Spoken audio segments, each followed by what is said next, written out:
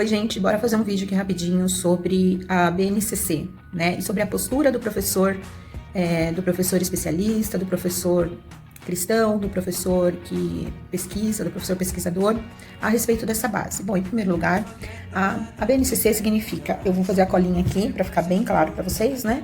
A BNCC é a Base Nacional Comum Curricular. É um documento de caráter normativo que define o conjunto orgânico e progressivo de aprendizagens essenciais que todos os alunos devem desenvolver ao longo das etapas e modalidades da educação básica. Educação básica que vai desde a educação infantil até o ensino médio. Bom, a BNCC é um documento, né, que foi inserido na Lei de Bases e Diretrizes em 2017.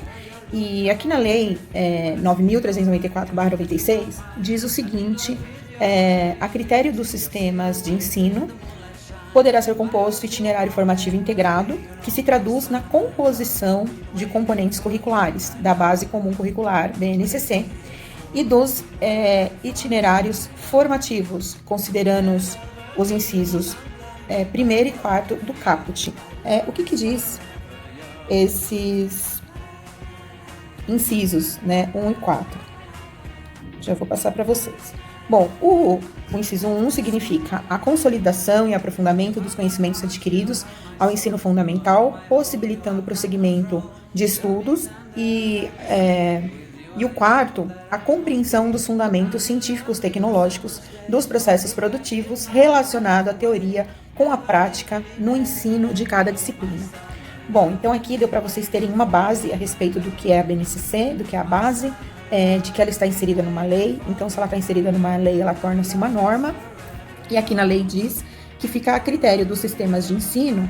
E aí, o que é sistema de ensino, né? Ele se refere às empresas que dão suporte às instituições de ensino, tanto da rede pública quanto da rede particular, fornecendo material didático e também apoio pedagógico, como consultoria, treinamentos e formação para professores. Ou seja, a base, após a base ter sido desenvolvida, é necessário que empresas, tanto de cunho privado como instituições sem fins lucrativos, que elas produzam materiais didáticos para que as instituições possam, de forma sistemática, né, e pragmática, implementar a BNCC. Bom, mas o que eu quero falar aqui é a respeito da visão que os professores têm da BNCC. Alguns têm uma visão extremamente negativa e outros uma visão extremamente positiva, ao ponto de seguir tudo ao pé da letra, conforme está escrito no documento.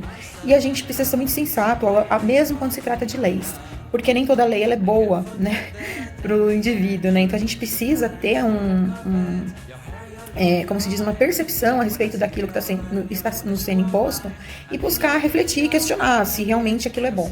Bom, qual é a parte positiva de fato? A parte positiva é que a educação no Brasil ela estava completamente desorganizada, então não existia uma diretriz a respeito dos conhecimentos básicos que precisavam acontecer na escola, né, na educação básica, principalmente em relação à alfabetização. Então muita coisa havia caído em desuso, e muita coisa havia sido retirado do sistema de ensino e da educação por questões ideológicas, né? E algumas coisas que não voltaram ainda, como, por exemplo, o caso dos métodos sintéticos e da própria cartilha, que é a própria cartilha, né? E então, os pontos que são positivos é que você volta a ter alguma diretriz em relação ao ensino, né? Então, o professor, ele sabe onde ele está e onde ele pretende chegar, o caminho que ele pretende percorrer com os seus alunos, né? Então, com a base, ele passa a entender que, por exemplo, na primeira série, né, no primeiro ano, quando a criança entra lá com 6, 7 anos, ela precisa aprender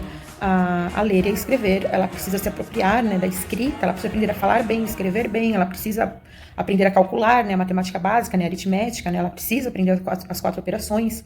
Então, no sentido ela precisa aprender o sistema de escrita alfabético, né, ali, quando começa ali pelos encontros vocálicos, né, separação de sílabas, né, etc. Isso no caso, se o professor estiver usando um método sintético, obviamente, e não um analítico. Mas, enfim, ela passa a ter uma base ali. Então, a caligrafia volta, né? A letra cursiva volta para a base, que é muito importante para formar a identidade intelectual do aluno. Mas muita coisa fica de fora, muita coisa importante fica de fora. Então, mas o lado positivo é esse, de você ter alguma diretriz. O lado negativo é de você levar tudo ao pé da letra, porque quem criou a base, criou essa base pensando em socioconstrutivismo, pensando em construtivismo. Então, você tentar inserir ciência dentro do socioconstrutivismo, você tentar inserir método dentro do socioconstrutivismo, é uma verdadeira guerra, porque quando você trabalha com ciência, você trabalha com objetivos muito claros, você trabalha com metas, com propósitos, né? Você trabalha com algo realmente sistemático, programático, né? De forma contínua. E quando você trabalha com socioconstrutivismo, você trabalha com balelas, né? Então, assim, e eu não vou entrar aqui nessa questão agora.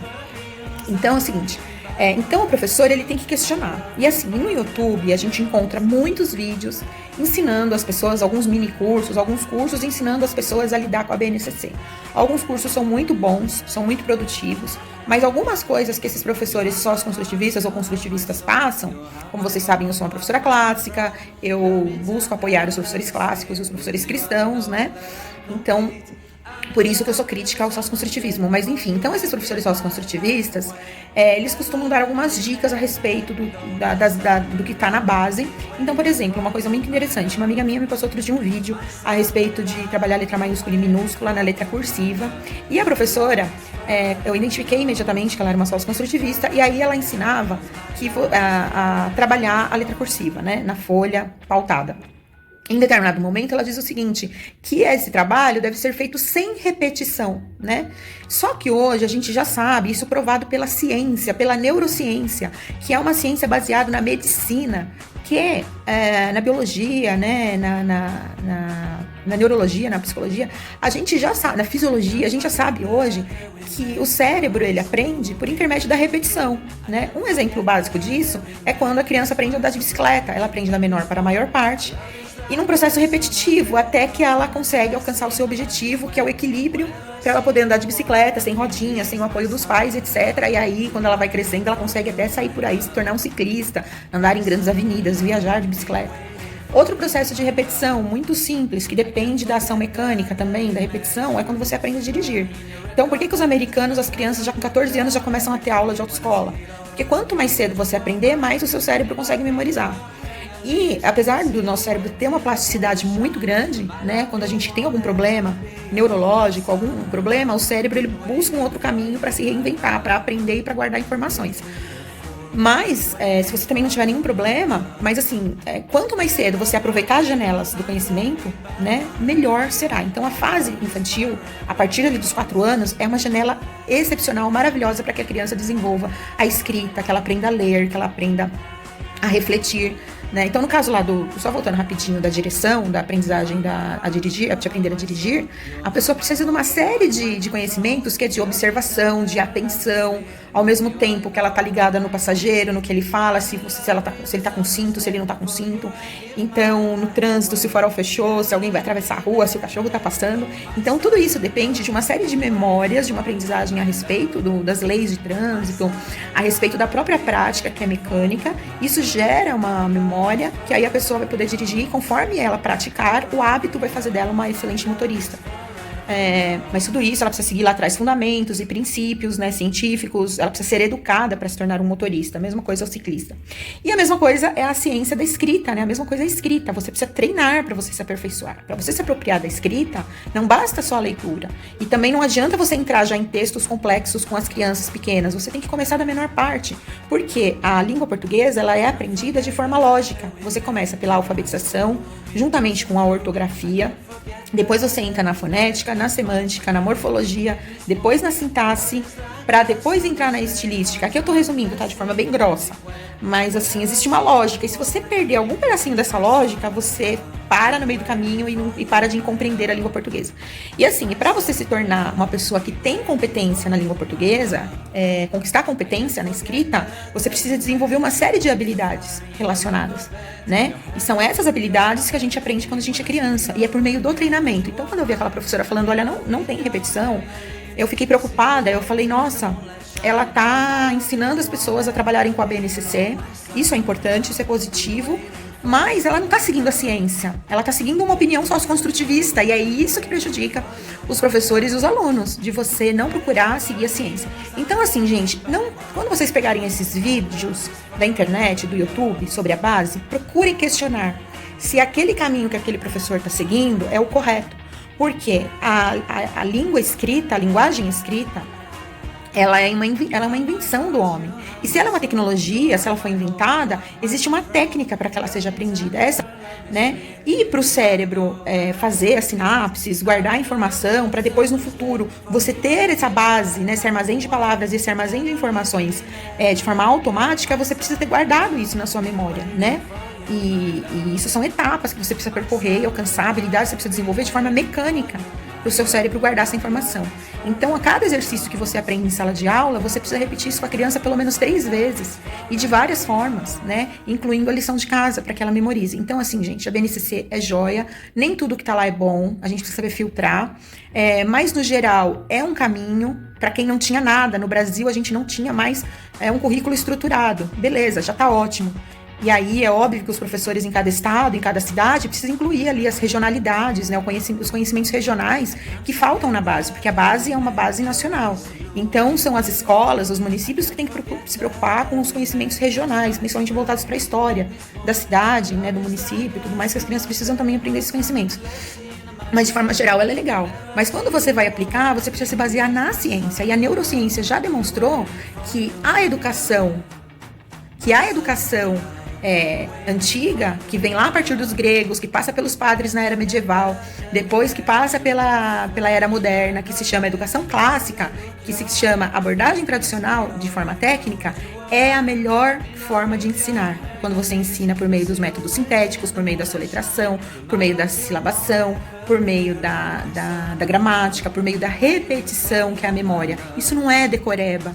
O ser humano aprende memorizando. E quanto mais ele aprender a memorizar, menos ele vai sofrer lá na velhice. Quando ele tiver alguma doença, Alzheimer, Parkinson e outras doenças, ele vai sofrer menos se ele for afligido na velhice por essas doenças, porque ele vai ter tido um belo armazém, baú de memórias. Então é isso que eu queria falar. Um beijo, professores cristãos, professores clássicos, fiquem com Deus. Até mais. E 2 outros exemplos que eu queria passar é o da bailarina. O que a bailarina faz para se tornar a primeira bailarina do Teatro Municipal? Ela treina durante a vida toda, desde a infância, quando ela começa a fazer as aulas de balé, desde lá dos 4 anos de idade, ela treina cada um dos passos que a professora passa para ela repetidamente. Algumas bailarinas chegam até a criar calos nos pés por causa desse treino. Então, para a bailarina se tornar uma especialista na dança, uma grande dançarina completa, que entende, que tem equilíbrio, que entende da dança, que depois ela vai poder compor uma peça musical, ela precisa de treino, ela precisa de ação mecânica nessa aprendizagem. A mesma coisa, os atletas, né, os grandes jogadores de futebol, de basquete, de beisebol, de futebol americano, eles treinam minuciosamente cada etapa. Eles se fortalecem fisicamente, intelectualmente. É uma aprendizagem íntegra, né, completa, e que depende da ação mecânica, tanto do conhecimento intelectual quanto do fortalecimento físico.